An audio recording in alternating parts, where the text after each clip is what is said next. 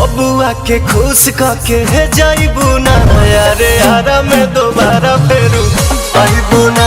के पैसा बिहान दे बका मालिक न मालिक के जाए बका। कल यानी कि 26 मार्च को सुबह 7:45 पर पावर स्टार पवन सिंह का नया गाना रिलीज होने जा रहा है music tone official YouTube channel पर, जिस गाने का नाम है ये आरा कभी हारा नहीं। जैसा कि आप लोग गाने का ऑफिशियल पोस्टर स्क्रीन पर देख पा रहे होंगे। आप सभी को बता दूं कि इस गाने में आप सभी को पावर स्टार पवन सिंह और शिल्पी राज का मधुर आवाज सुनने को मिलेगा। और इस गाने में एक बार फिर से पावर स्टार पवन सिंह और आकांक्षा दुबे का जबरदस्त परफॉर्मेंस देखने को मिलेगा।